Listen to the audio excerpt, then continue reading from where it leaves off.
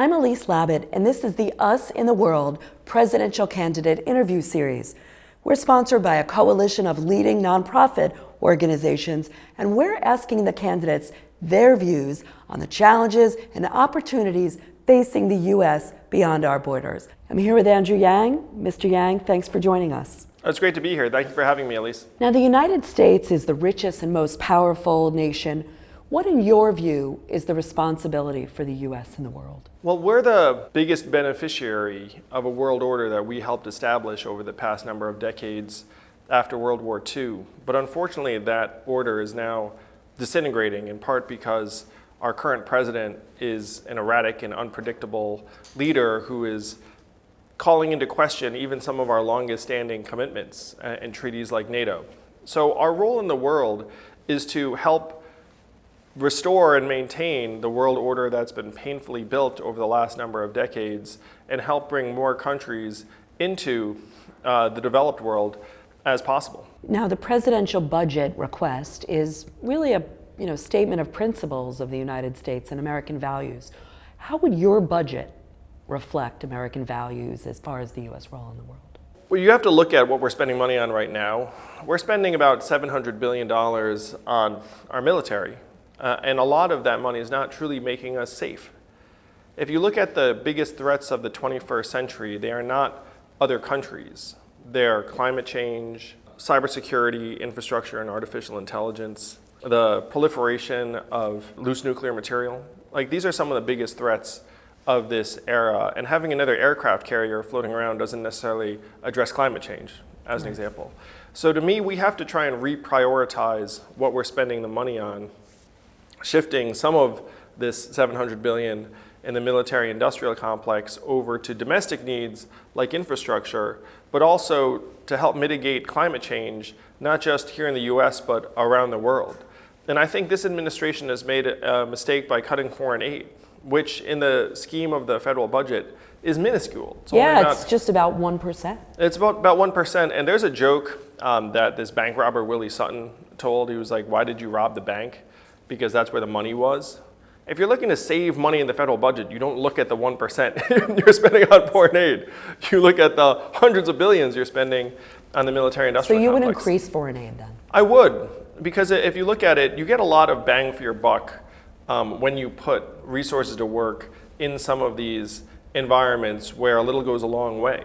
And so if you can help maintain and strengthen societies in other parts of the world, that often will end up helping the U.S. national interest as well. So you've talked about directing more of the federal budget from foreign pursuits to building infrastructure and other programs at home. How do you see the relationship between the U.S. role in the world and life here at home? Well, to me, they're very much tied together, Elise. And so you could take it from the fact that if you don't have a sound society here at home, then you end up electing someone like Donald Trump, and then you have a very hard time projecting U.S. strength abroad.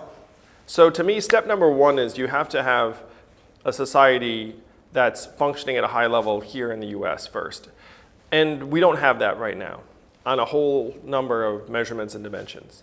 We have record high levels of not just financial insecurity and depression and anxiety, but also even suicides and drug overdoses. It has gotten so bad that American life expectancy has declined for 3 years in a row, which is not something you ever see in a developed country. The last time that happened in the United States of America was the flu pandemic of 1918, the Spanish flu. So think about that. You have to go back 100 years to find a time in American history where our life expectancy declined for 3 years in a row. You don't see that in a developed country traditionally. So step number one is we have to make ourselves strong and functional here at home. To project power. To be able to project power abroad. Because if you fall apart here, you wind up electing narcissist reality TV stars as your president, and then it's very, very hard to get anything done abroad. So you've pledged to be very judicious and restrained about intervening in other countries' affairs. Under what circumstances would you use military force? We have, at this point, been engaged in continuous armed conflict for the last 18 years. And that's not the way it's drawn up in the Constitution, and that's not the will of the American people. So I have a three-part test for sending our troops into harm's way. Number one, there needs to be a clear American national interest or the ability to avert a humanitarian catastrophe. So it needs to be an important reason to go. Number two, there needs to be a clearly defined time frame where it's not open-ended. You can look the troops in the eyes and say, you're going to be here for this long, and we can complete the mission and bring you home. Number three, we need to have partners and allies that are willing to join us in the mission. If these three things are in place, then I would actively consider military intervention. So is it worth putting U.S. forces at risk when American values and the security of allies are on the line, but our direct security is not? We are only as good as our word. If we have entered into a treaty to defend another country or ally, and then that country is threatened, then that to me is a very clear American national interest. Because if people don't believe in our word and our commitment, then it's going to be very, very hard to get anything done in any foreign theater. So what would a U.S. military footprint look like in a Yang administration? Well, to me, it's about getting smarter and not bigger. So if you look at, again, the list of major threats, climate change, infrastructure and artificial intelligence, loose nuclear material, that's not about having more military bases. That's about having a more responsive 21st century military footprint. So I would invest in cybersecurity and a cyber corps. And you know what's funny is someone asked me yesterday, and they said, how would you feel about a cyber militia? Because it turns out that a lot of the leading experts on internet security don't work for the US government. So what does a cyber militia look like? Like 20-year-olds in a basement or something? Well, it's people like where you're crowd sourcing vulnerabilities. Like if you put up a system and say, hey, have at it and let us know what the vulnerabilities are, they'll actually be able to tell you. You know? They'll have fun doing it. Yeah, in a way that frankly would be superior to like if the government hired a consulting firm, military contractor. Like they just hire different pools of people. And for better or for worse, these loose hackers are much more analogous to the type of people you're worried about Right. than the people in the giant corporate office. So we've talked about what you think are the most major threats. What are the biggest crises facing the U.S. right now? It begins with climate change, which is driving many of the problems around the world, where what's happening is that you have crop yields dropping and then conflict breaking out in various societies that's kicking off migrant crises that have even destabilized various democracies, where many societies are not able to properly welcome and acclimate large groups of refugees, and then there have been real issues politically as a result. So climate change means it's an existential threat to our way of life. I'm a parent, and I used to think that we were messing up the world for our grandkids, but now it's clear that we're messing up the world for ourselves and our kids. And that's going to destabilize things, unfortunately, in poorer parts of the world first, where if you think about a flood or a natural disaster, who suffers the most? It's always the poor who have less in the way of exactly. resources. So a lot of these poor, they're not necessarily contributing to it. Oh, of course not. But they also have to adapt to it. How do you make sure that climate policies aren't beneficial to just the rich who can afford these renewable energies, but you actually look at the world's poor who are affected? I was just in New Hampshire, and they have buildings that are now flooding regularly. They have a shrimping business that went to zero. And if you look around the world, you have Pacific Islands that are literally going underwater. And did that Pacific Island contribute to global warming? Essentially zero. You know, it's like they didn't have a whole lot in the way of carbon emissions. But they're still affected. But they're still affected, and they're going underwater. So the goal has to be to have a global Marshall Plan to address climate change. Because the tough truth of it, Elise, is that the United States of America only accounts for 15% of global emissions. So even if we were to go net zero immediately like magic, the world would continue to warm. So if we're going to help the people on that Pacific Island and the people in other developing countries that are going to be in some cases literally underwater, we have to get our arms around climate change, but we cannot do it alone. It's one reason why international cooperation is so vital in this era, because we can't solve the biggest problems alone. So how would you use U.S. foreign assistance, and you talk about climate diplomacy, to address these challenges? So if the rest of the world accounts for 85% of carbon emissions, we have to be there at the table with them, trying to guide them toward more renewable sources of energy. And right now, China is exporting coal-burning power plants to Africa and other developing countries. They're showing up and saying, you need power? I've got a coal-burning power plant for you. And then what does the African country say? Thank you. Thank you, right. Right. They're just thrilled to have some power. Yeah. The climate diplomacy we have to engage in is to be there at the table with the African government and say, hey, instead of the coal-burning power plant, how about these solar panels? That's the kind of relationship we have to have with these developing countries to try and move them in the right direction. Would you condition foreign aid on sound climate policies? Well, I think we have to try and provide carrots to move people in the right direction. And so if you're going to put aid into people's hands, then you want to align their interests with ours. So you've talked about using military assistance for determining what needs to be done in terms of the climate. Tell us a little bit more about that. Well, what we said before is that the poor are the people that suffer the most with the advent of climate change. And so to me, it's the military, yes, but it's also the aid policies. Putting more money into people's hands actually will help strengthen communities and make it so they can develop in the right direction. On the military front, the tough part is that we've gotten really bad at building through our military. And we've seen it in multiple theaters at this point. And so what we have to do is try and refashion our military expertise so that it would be better able to mitigate some of the worst effects of climate change, amp up the Army Corps of Engineers and our ability to literally build bridges, roads, help update infrastructure so that in the case of, let's say, higher water levels, that people don't feel a need to relocate. So what are the one or two foreign policy changes you'd make on day one as president? Well, the first thing is I would let our allies know that we're open for business, that we need to renew our partnerships and relationships that are fraying now, disintegrating because of Donald Trump. And our allies are looking up and saying, who do we talk to? There's been a massive level of tension between Korea and Japan, and traditionally we would have been there to mediate Exactly. that. But we are not there because the current administration doesn't have an interest. So now they're meeting in China. Mm-hmm. And I'm going to suggest that is not the way it should be, because we've historically been allies with both South Korea and Japan.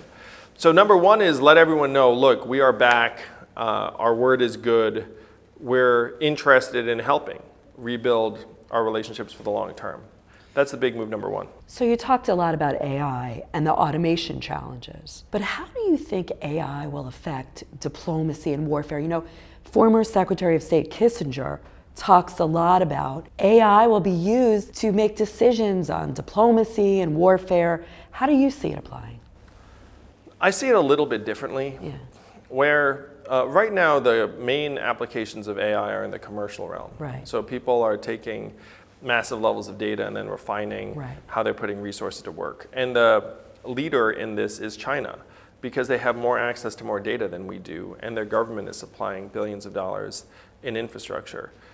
So what Kissinger is suggesting is that you'll have an AI sort of doing game theory and figuring out what kind of decision you're going to make. Yeah, making decisions on warfare based on this AI data. I am more concerned that you're going to use AI to be able to hack vulnerable systems and infrastructure, where AI actually is much easier to use offensively than defensively, and so it's going to make different systems very vulnerable. Imagine it's 2030. What does the world look like in terms of AI, and how has your administration helped us get there? In an ideal world, we don't have this arms race with China in particular. We start a world data organization where we set up standards and protocols analogous to the WTO for trade, where we've created international norms that China felt like it had to bend to in order to join and participate in the benefits. If we do the same thing for data and artificial intelligence, then the US, the EU, and Japan can start setting international norms and standards, and then China will look up and say, are we content to just have our own silo in terms of how we're using this data, or do we want to join the world community? That's the best way to bring them to the table and prevent what could be a new Cold War in data and AI between the US and China. So we've discussed multiple threats that don't respond to traditional security policies of climate change. I want to talk about some of the others, like nuclear proliferation, rising authoritarianism, and the misuse of this technology. How would you reduce those risks to Americans and people everywhere? Well, this is where foreign aid comes in, because the less stable a society is, then the more you have to worry about extremist groups and non-state actors that are trying to get their hands on loose nuclear material and other things that will help destabilize world security. So if you have, for example, I mean, closest to home, you have various groups in Latin America. Unfortunately, there are several states right here in our backyard that are starting to become unstable and are sending migrants heading north to us. This is one reason why various candidates, including me, have been saying, look, if we send aid to these countries, it's going to help keep them whole.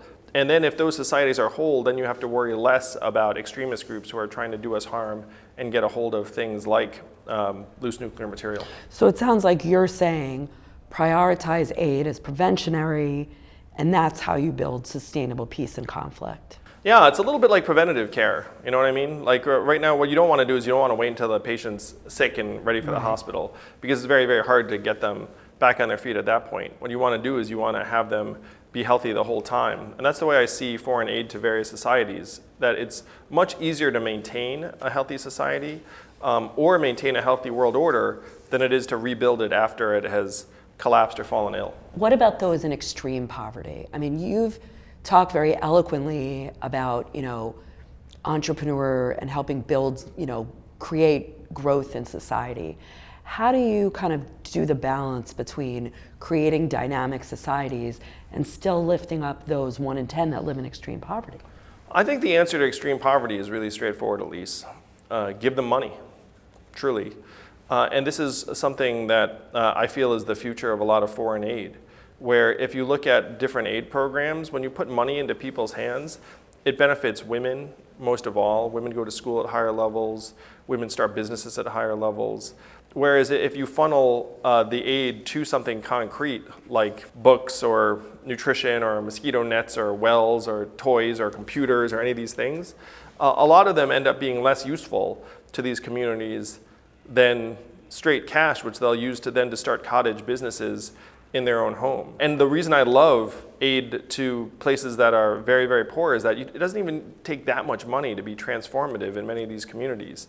There's an organization called Give Directly that's demonstrated this very powerfully, where they put relatively small amounts of money into people's hands, and then all of a sudden you see women's health and nutrition go up, rates of business formation go up, kids and girls going to school go up. It's very, very powerful. So you've talked about the need to prevent companies from working with authoritarian regimes or repressive regimes and giving them technology to do so.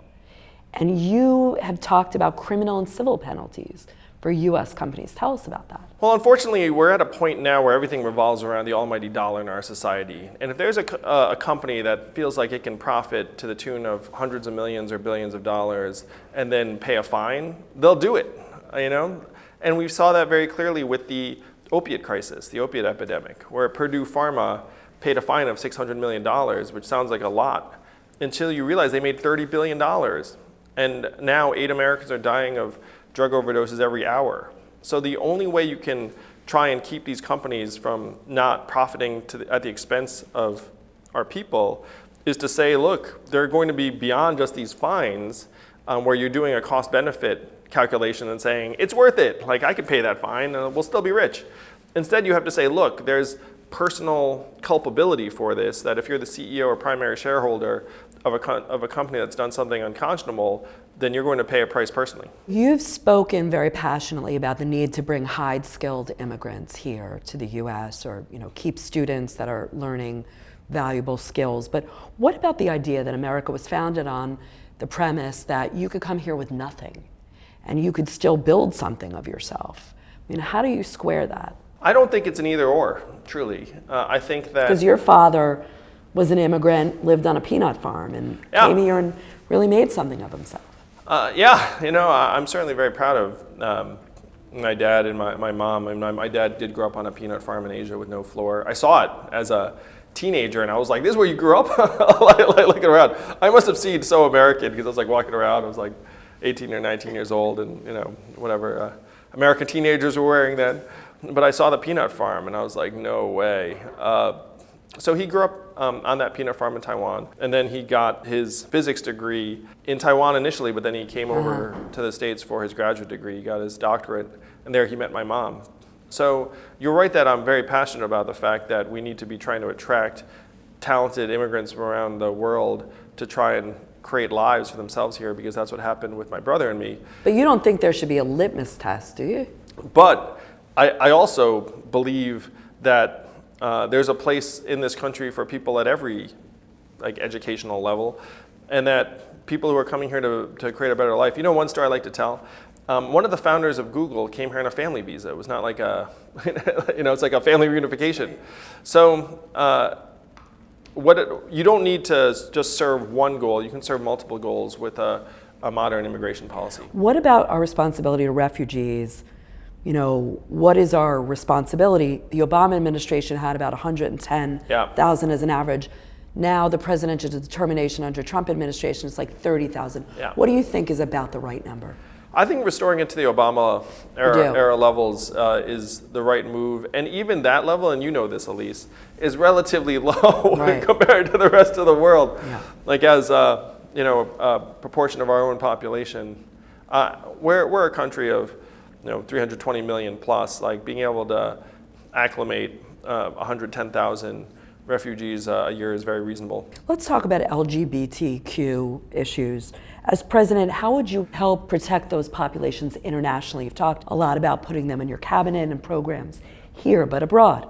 Well, this is one reason why it's so important for us to maintain an international world order, where if a country adheres to values that we hold very dear, then they feel like they're going to win through that, where we can put soft pressure on other countries through a combination of both carrots primarily, but then a few sticks too, where if they are abusive of ethnic minorities or LGBTQ community members, then they feel like, oh, there's a price to be paid for that. Right now, it's unclear what that price would be in many contexts, and it's making us less able to push our values to other parts of the world. And what about women? How do you see promoting the rights and status of women and girls, including economic empowerment? One, again, is trying to maintain international norms. That helps women, it helps journalists, as another example, and you've been in foreign theater, so you have this sense. But to me, the best way you can empower women is by trying to lift them out of poverty, getting them in a position where they can control their own future, go to school, get educated, start businesses, and they have economic independence from the men in their societies. It's one reason why I'm so passionate about a universal basic income, not just here in the US, but internationally. There was a joke someone said to me where they were like, I would be even more for universal basic income if only women got it.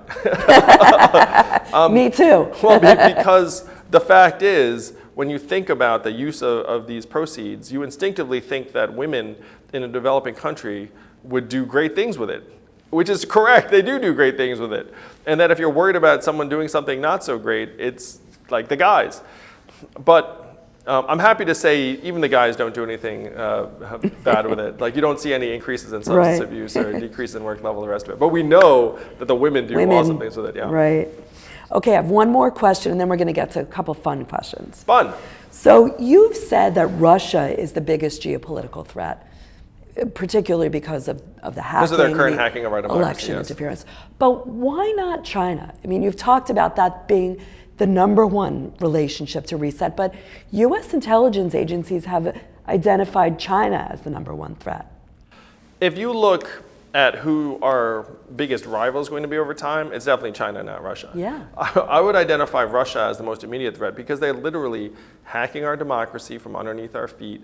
We're about to vote again next year, and Americans are not even sure if their votes will be counted and if our democracy is secure. It's very hard to solve big problems if you can't get that right.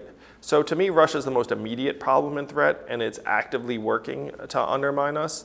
But bigger picture, it's China on artificial intelligence, it's China economically and militarily. But you think working with them rather than kind of being an adversary is the way to go? Well, you need, again, a combination of carrots and sticks, but I would suggest that it's going to be very, very hard to make progress on climate change or artificial intelligence or North Korea or a lot of other things if we have purely adversarial relationships with China. Okay, lightning round of a couple of questions, and then we'll wrap it up. As president, which world leader would you welcome to the White House first, and why? I would say Trudeau in Canada because they're our closest neighbor and ally, and it just seems neighborly. Which country would you visit first, and why? Again, the first thing that came to mind for me is Canada or Mexico, because again, I feel like we have the tightest trade relationships with them. But after that, it would be one of our historic allies in the UK. What's your favorite band? The Cure. Hope that's cool for everyone. It's cool for me. If it's cool for you, Elise, then it must be cool. Kids, if you don't know who The Cure, The Cure is very cool. they're very, very cool. They sang Just Like Heaven, which you like. What You else might did sing they a few sang? bars after. What's the first concert you went to? Oh my gosh, I love it so much. I went to Depeche Mode Okay. in 1989. It's, Long hair? The Violator tour. My hair wasn't that long.